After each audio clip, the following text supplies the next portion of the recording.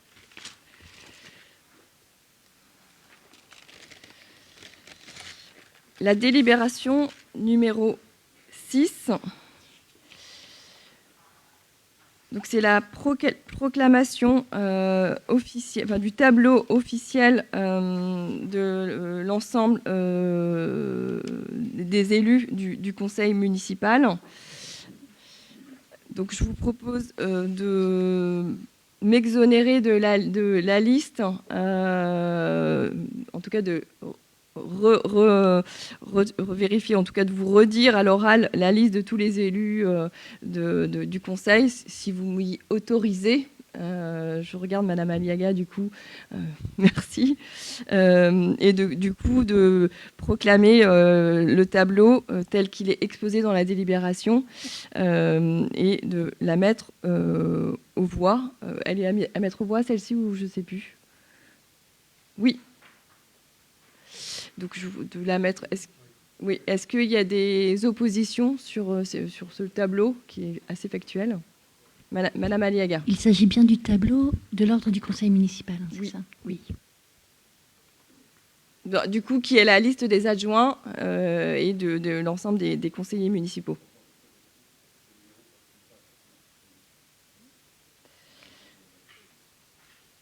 Alors, les numéros... Oui.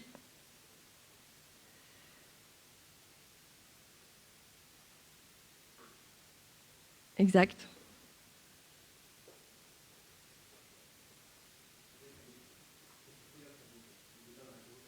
Ah, d'accord, ok. Donc, c'est bien le bon tableau. Ah, faut que je le lise. Bon, alors, je le lis, alors, du coup. Comme ça, ce sera plus clair. Donc, maire Remoissonnet Laetitia. Premier adjoint, Éric Dumotet. Deuxième adjoint, Liliane Vinet. Troisième adjoint, Christian Morel. Quatrième adjoint, Nathalie Pasquet. Cinquième adjoint, Maxime Gallier. Sixième adjoint, Frédéric Rouxel. Septième adjoint, Jean-Yves Guyot. Huitième adjoint, Delphine Hamelot. En conseillers municipaux, Yves Bigot, Alain Lehagre, Jean-Claude Jucté, Christine Duciel, Joby Ampigny, Philippe Schubert, Florence Benoît, Jean-Christophe Méléard, Jacques Grévendinger, Guillaume Devergy, Emeline Roux, Anka Babès, Anne-Cécile Gauthier, Mélanie Simon, Myriam Delaunay, Lorraine Chardine de Lille, Mathieu de France, Yannick Marot, Marie Aliaga, Émilienne Kéry. Donc je vous propose de mettre cette délibération aux voix. Est-ce qu'il y a des oppositions, des abstentions? Abstentions. 3 abstentions. Je vous remercie.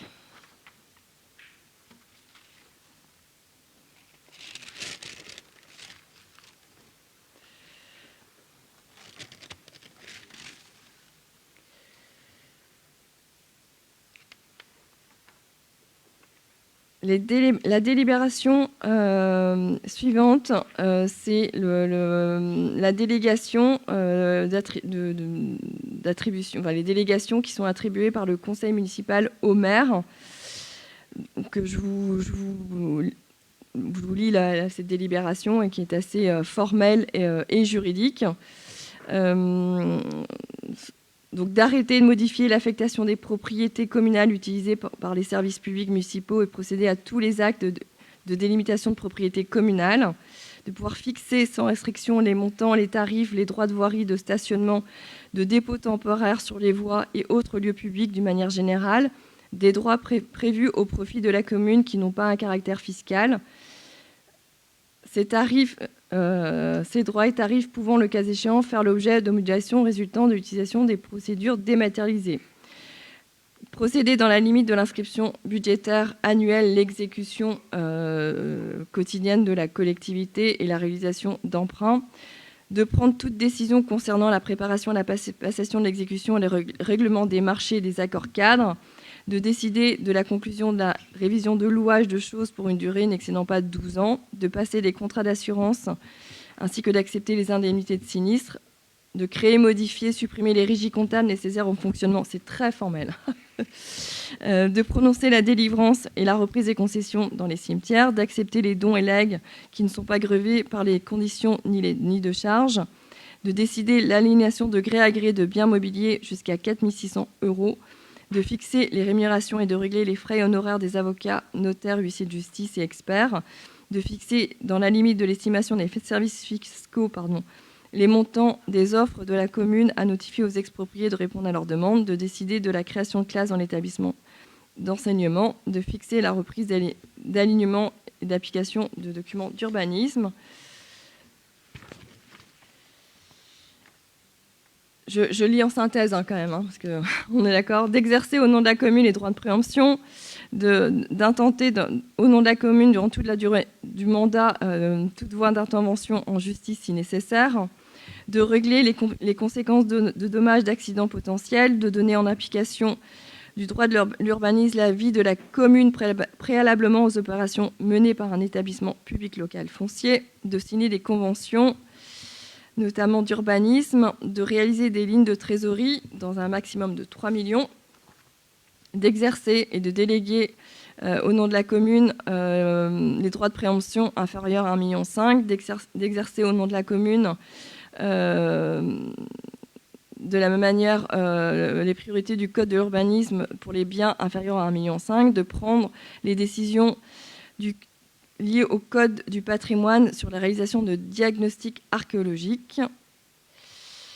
d'autoriser au nom de la commune le renouvellement d'adhésion aux associations dont elle est membre, de demander à tout organisme financeur l'attribution de subventions, de procéder sans limite au dépôt des demandes d'autorisation d'urbanisme, d'exercer au nom de la commune les lois relatives à la protection des occupants de locaux à usage d'habitation, d'ouvrir, d'organiser la participation au public par voie électronique. Et c'était la 29e. Je passe au vote de cette délibération. Est-ce qu'il y a des oppositions, des abstentions? Unanimité, je vous remercie.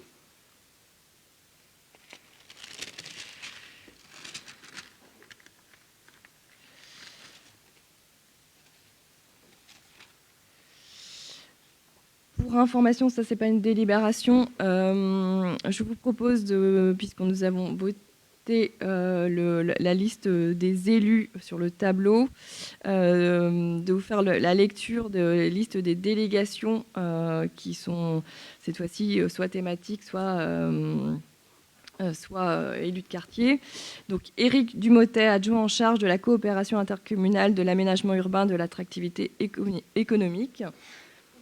Liliane Vinet, adjointe en charge de l'éducation, de la santé et de la vie des familles et élue de quartier. Christian Morel, adjoint en charge de l'inclusion et des solidarités. Nathalie Pasquet, excuse-moi Nathalie, parce que je commence à avoir soif. C'est ça, ça fait basket, tu vois. Adjointe justement au sport, de la jeunesse et des loisirs. Maxime Gallier, adjoint en charge des ressources humaines, du dialogue social, de l'animation de la ville, de la proximité et élu de quartier des Méliers. Frédéric Rouxel, adjointe en charge du développement et de la promotion de la culture, élu de quartier du Champ d'Aguenor. Jean-Yves Guyot, adjoint en charge de l'évaluation des politiques métropolitaines, chargé des audits externes, des contentieux et de la déontologie. Delphine Hamelot, adjointe en charge de la gestion financière, de l'optimisation des ressources et de l'efficacité de la dépense publique. Philippe Schubert, conseiller délégué en charge de la conception, de la réalisation et de la construction des projets communaux. Lorraine Chardine-Delille, conseillère municipale déléguée en charge du projet Au cœur de Robinson. Jean-Christophe Méléard, conseiller délégué en charge du développement de la vie commerciale, de la vie associative, du bénévolat et du projet de la Forge. Florence Benoît, conseillère municipale déléguée, élue de quartier Chandaguet Sud. Mathieu Defrance, conseiller municipal délégué en charge de la tranquillité publique et du vivre ensemble. Christine Duciel, conseillère déléguée en charge de la citoyenneté et de la démocratie locale, élu de quartier Belle-Épine-Autrey. Yves Bigot, conseiller délégué en charge de l'embellissement de la ville et du fleurissement, élu du quartier de la Rive-Coquet. Ankia Babès, conseillère déléguée en charge des espaces de vie sociale. Jacques Grévelninger, conseiller municipal délégué en charge des systèmes d'information. Emeline Roux, conseillère déléguée en charge de la transition écologique et du projet Territoire à mission et élu de quartier Cité des Jardins. Jean-Claude Jucdet, conseiller délégué au quartier Moulin d'Olivet, Guémarie. Anne-Cécile Gauthier, conseillère municipale déléguée à la Bretèche. Guillaume Devergy, conseiller délégué en charge de la communication et de la concertation numérique, élu de quartier de la Peupleraie. Mélanie Simon, conseillère déléguée au quartier Maison Blanche, Carfleury. Joby Ampini, conseiller délégué du quartier Barichelot, Cressonnière, Vivier-Louis. Myriam Delaunay, conseillère déléguée secteur rural. Et Alain Lehagre, conseiller municipal délégué au quartier Centre-Ville. Je vous remercie donc de prendre acte de ces délégations.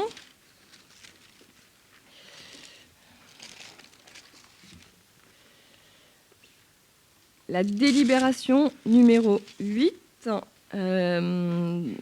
donc suite effectivement aux indemnités, qui va prendre acte des indemnités liées aux différentes délégations que je viens d'énumérer. Donc vous avez reçu le tableau des indemnités, donc qui sont, je vous rappelle, fixées par la loi, bien évidemment, avec les indemnités afférentes aux maires, aux adjoints et aux conseillers délégués, délégués soit sur une thématique, soit délégués en tant qu'élus élus de quartier. Donc je rappelle que seuls les conseillers qui ont une délégation ont une indemnité de fonction. Donc je vous propose de mettre ces délibérations aux voix. Est-ce qu'il y a des questions déjà ?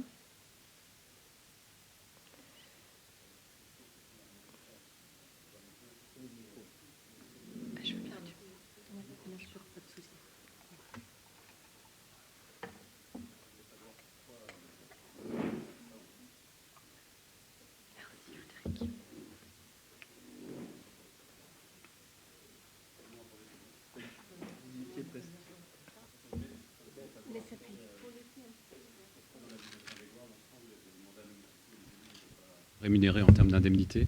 Et en fait, là, en voyant les délégations que vous avez posées, en fait, on voit qu'il y a 25 personnes qui sont avec un élu, enfin avec un mandat municipal, pardon,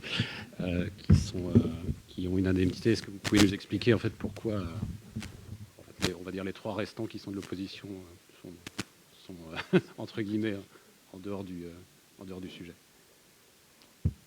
Alors le premier point, oui, bien sûr, on va vous répondre, c'est que c'est l'usage. Sachant qu'on va voter les indemnités suite à la délégation. Oui. C'est l'usage depuis de nombreux mandats à Saint-Grégoire, et qu'une délégation, effectivement, c'est parce qu'il y aura la délibération d'après qui est sur les frais, qui est différente. Une délégation, ça prend du temps et ça nécessite un investissement des élus qui sont bien sur des délégations soit thématiques, c'est ce que j'ai dit, soit au niveau de quand on est élu de quartier, de prise de rendez-vous, etc. Donc c'est bien dans ce cadre que les indemnités sont fixées. Ce qui n'est pas la même chose que la délibération d'après, qui est le dédommagement des frais. Alors donc vous parliez d'investissement et de temps. La question ne nous a pas été posée en amont, mais nous sommes disposés tous les 3 à investir, tout comme les autres conseillers municipaux délégués, davantage de temps, évidemment, dans l'exercice, enfin davantage puisque nous n'étions pas élus. En tout cas, nous sommes disposés tous les 3 à investir du temps pour des délégations et il nous paraîtrait plus équitable que ce nous soit proposé et que ce soit échangé ensemble, parce que c'est aussi notre souhait de nous investir complètement pour cette commune. Alors, je vous remercie pour la proposition. Alors, d'une part, c'est une prérogative du maire. Et donc, c'est une prérogative que le maire donne délégation de signature aux élus. Donc, vous comprendrez bien que, n'étant pas dans la majorité, ça emporte quand même des conséquences juridiques dont je suis responsable aujourd'hui. D'où la non-délégation. Je ne comprends pas bien le côté juridique, c'est-à-dire, même si nous sommes dans l'opposition, nous sommes au conseil municipal. Et oui, mais il y a délégation de signature pour signer des actes. Oui, j'ai bien compris ça. Et du coup, en fait, là, je donne délégation, je regarde Maxime qui est à côté de moi, je lui donne délégation pour signer tous les actes ressources humaines, etc. Pour autant, ça emporte des conséquences juridiques. Tout à fait.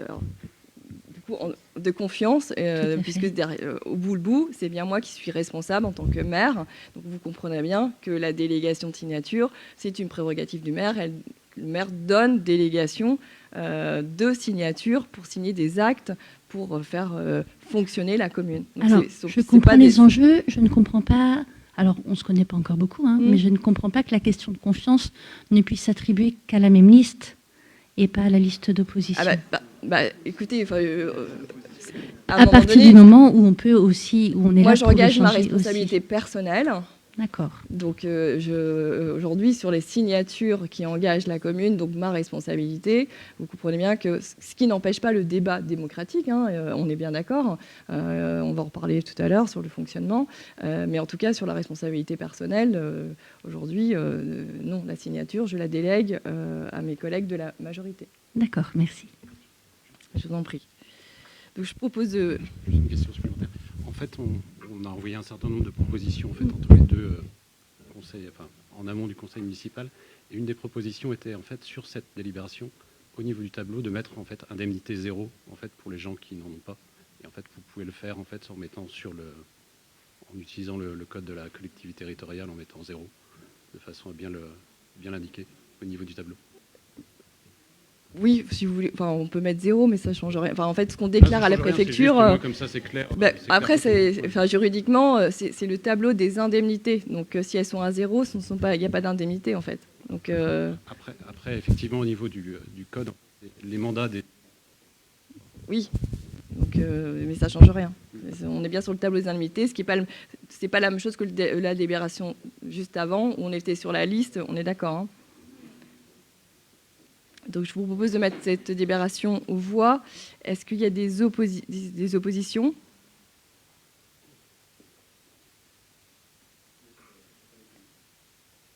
Il n'y a pas d'opposition. Il y a 3 oppositions. 3 abstentions, pardon. 3 abstentions. Donc, 3 abstentions. Je vous remercie.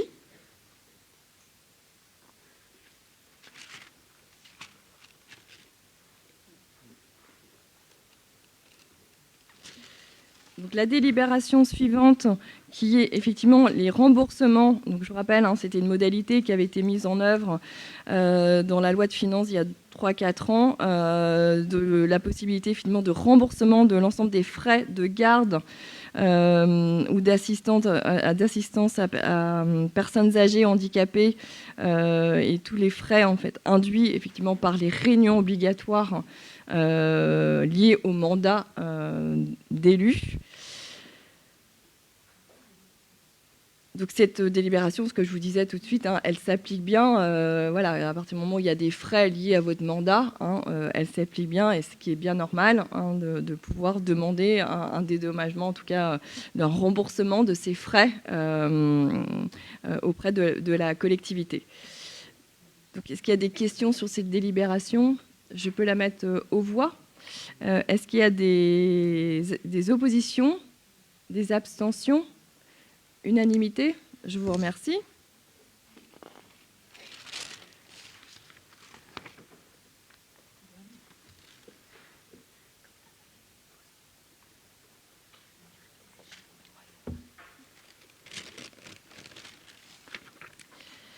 La délibération numéro 10, donc c'est la création d'un... Ah ben non, c'était toi, Maxime ? Bon, oui.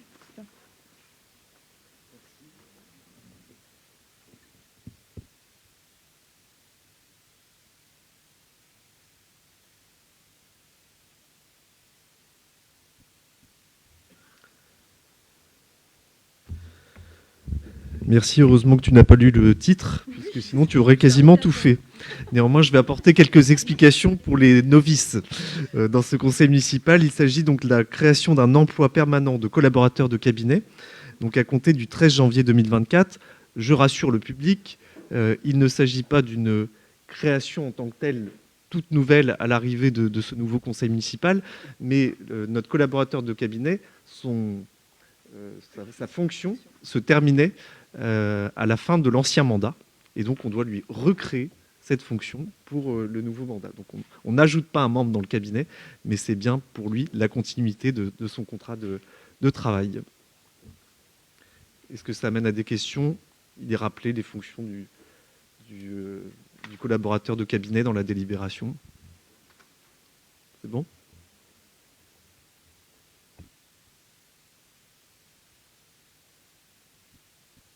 Je te remercie, Maxime, pour la présentation de ces délibérations. Je vous propose de la mettre aux voix. Est-ce qu'il y a des oppositions, des abstentions? Unanimité. Je vous remercie.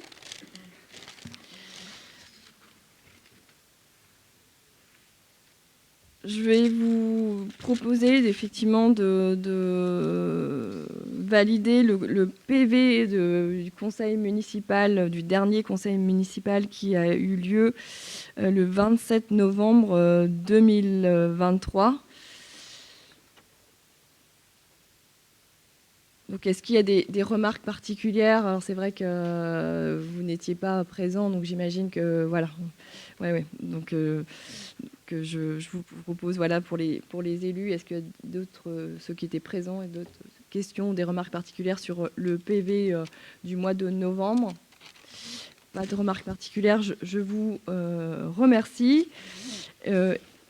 Ensuite, il y a le rappel, hein, comme alors, juste pour expliquer, donc à chaque conseil municipal, il y a le rappel de l'ensemble des arrêtés qui ont été pris. Alors, par contre, j'ai pas la liste.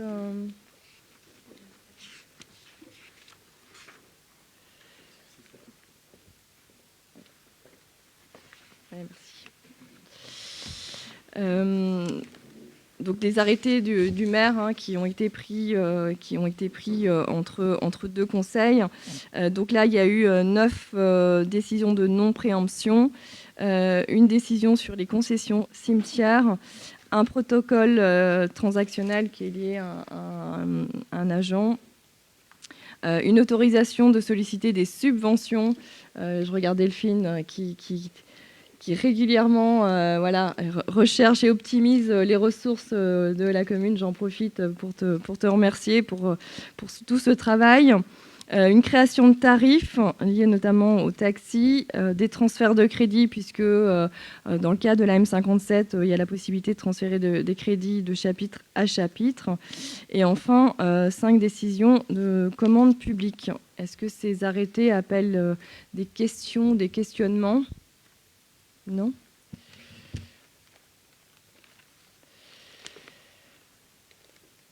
Je pense que du coup, on a épuisé l'ordre du jour. Est-ce que vous voulez du coup intervenir? Oui, nous Madame avons Aliaga préparé plusieurs questions orales.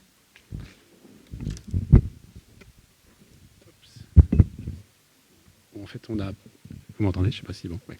En fait, on a profité du temps court en fait, pour pouvoir poser des questions orales vers vous, tout simplement aussi pour répondre à pas mal de questions de gens de Saint-Grégoire qu'on a eues pendant la campagne. Et puis, je pense que c'est important, en fait, sur certaines de ces questions, d'amener des réponses. Ça permettra aussi d'illustrer pas mal de questions ou de choses qui ont été posées par les gens de Saint-Grégoire. La première, c'est en fait sur un sujet qui est important.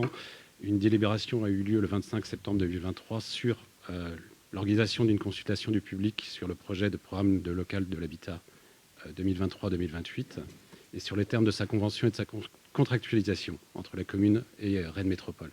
C'est un sujet important en fait pour pas mal de grégoriens. En fait, on voulait vous demander en fait, pouvez-vous nous donner les modalités et les dates qui sont prévues pour cette consultation qui est importante pour pas mal de gens?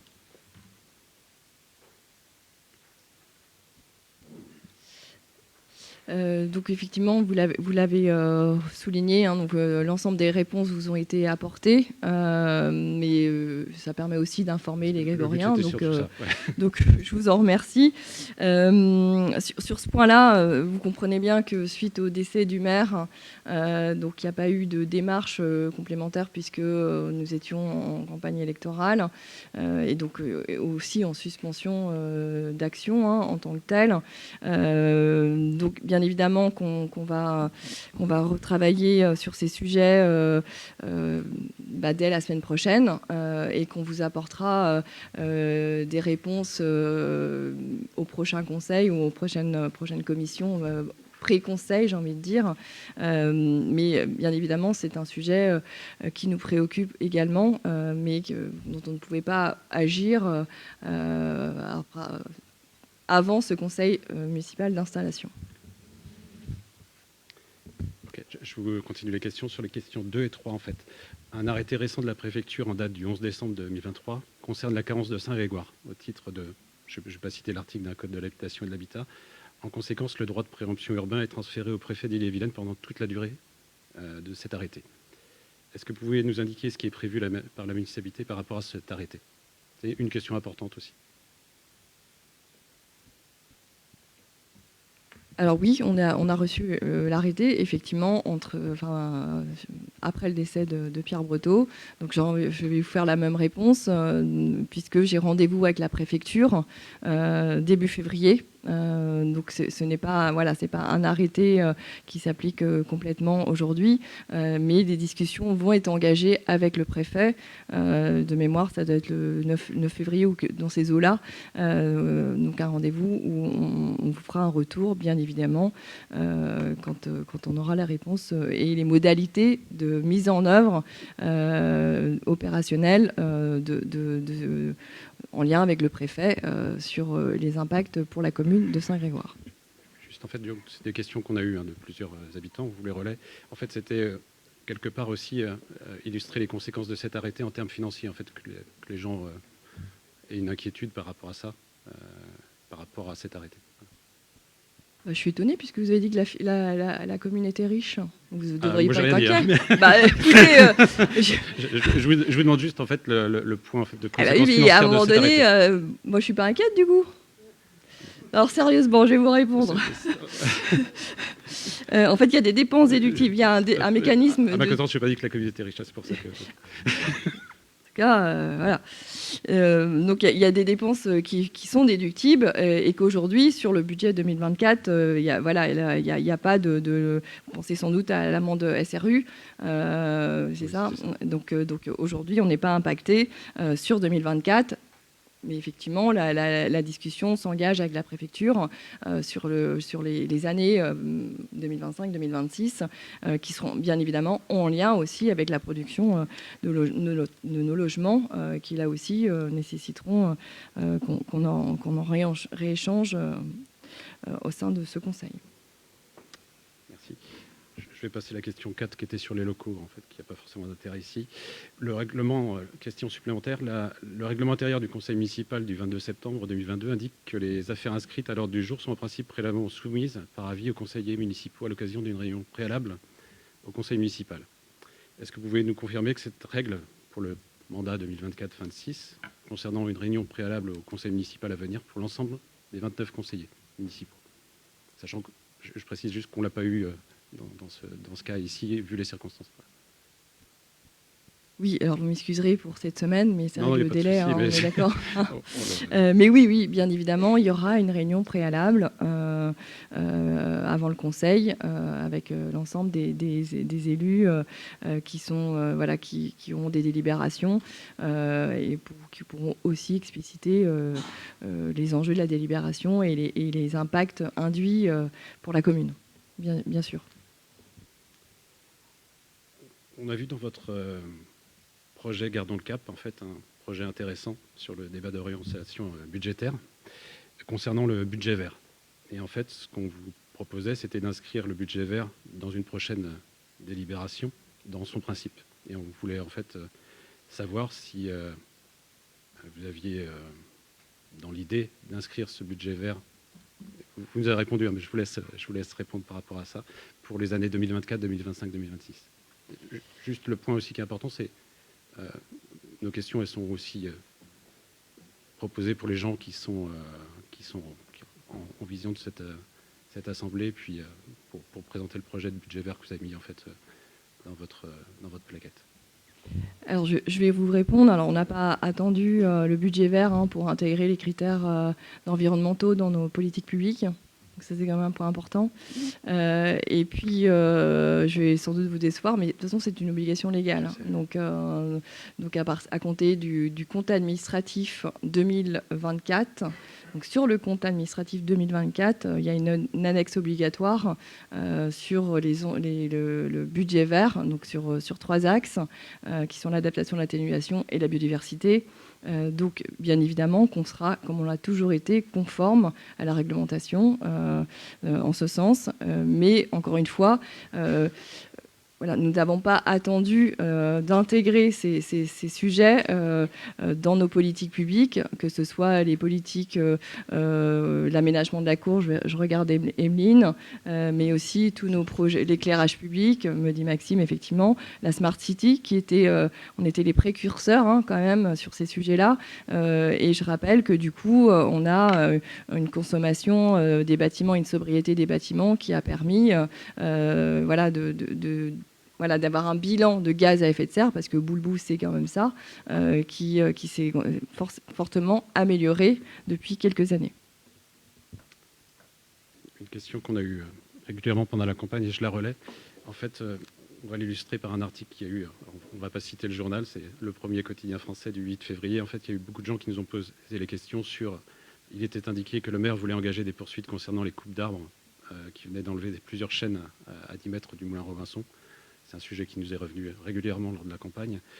On voulait vous demander tout simplement, est-ce que vous pouvez nous faire un statut sur ces poursuites éventuelles? Vous parlez effectivement de l'article du 8 février, hein, c'est ça, hein, oui. Donc, encore une fois, je me fais juste le relais de ce qu'on a eu. C'est juste, en fait, le but, c'est aussi que vous puissiez communiquer oui. sur ces Alors, vous savez, on a été en campagne aussi, on a eu les mêmes questions, on a répondu... moi, c'est fait officiellement pour tout le monde. Ouais. Je vous rassure. Donc, effectivement, après l'analyse juridique, l'abattage qui a eu lieu sur la parcelle dont vous parlez, elle était bien réglementaire, parce que les arbres n'étaient pas protégés à l'époque. Donc, de toute façon, même s'il y avait eu un recours, ces recours n'auraient pas abouti. Donc, pour autant, effectivement, ça nous a aussi alertés sur le sujet, puisque nous sommes, et je laisserai peut-être Philippe sur le plan arbre développer, mais évidemment qu'on est sensible à ces sujets-là, et on a mis en place une demande d'autorisation spécifique pour les abattages d'arbres, puisqu'on l'a voté en conseil municipal, et on l'a aussi intégré en termes de protection dans la modification du PLUI. Donc évidemment que c'est un sujet qui nous préoccupe aussi. Je ne sais pas si Philippe, tu veux rajouter des éléments sur le sujet.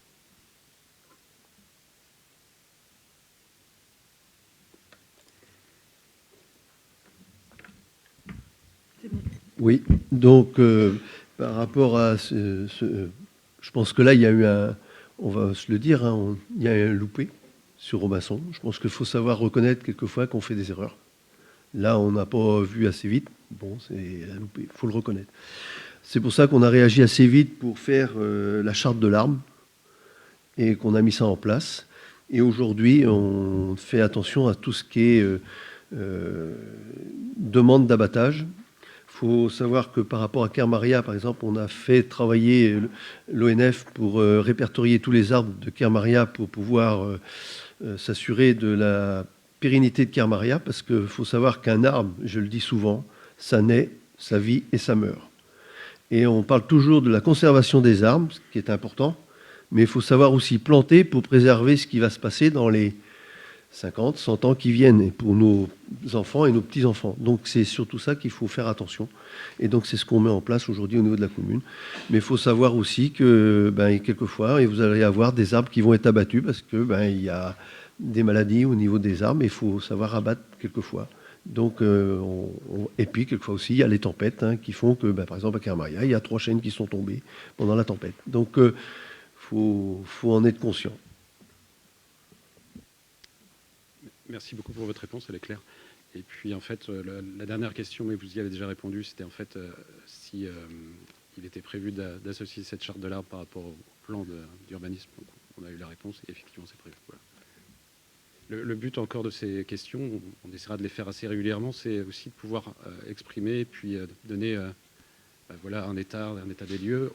On s'est retrouvé dans une situation où il n'y a pas eu d'opposition pendant plusieurs années et c'est important en fait de communiquer sur les projets aussi de votre part. C'est pour ça que les questions sont faites aussi dans ce but-là. Je vous remercie. Oui, je voudrais seulement faire une remarque. J'ai lu quelque part un article qui disait que la charte de l'arbre était une copie conforme d'une charte de l'arbre dans une autre commune dans la région parisienne, je crois.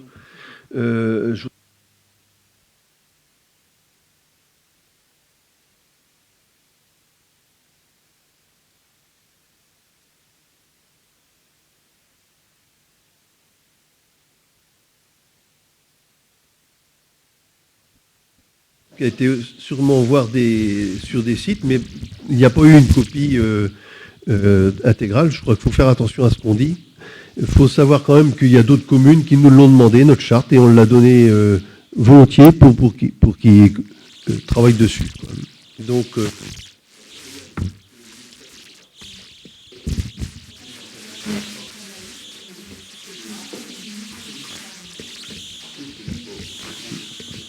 Alors, prenez bien les micros parce que il y a un enregistrement et sinon ça va pas.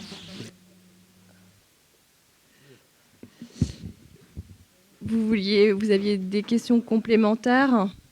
Merci. Je vous remercie. Merci à vous. On a épuisé le conseil de ce soir.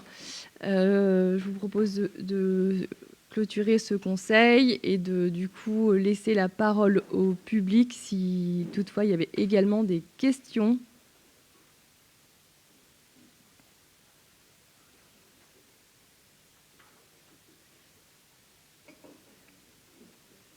Non, il n'y a pas de questions. Eh bien, écoutez, en tout cas, je vous remercie. Je vous remercie pour ce débat, ces échanges. Et puis, je vous souhaite bien évidemment une belle soirée. Et nous vous convions, il y a un petit verre de façon modérée, évidemment, juste après le conseil. Je vous remercie.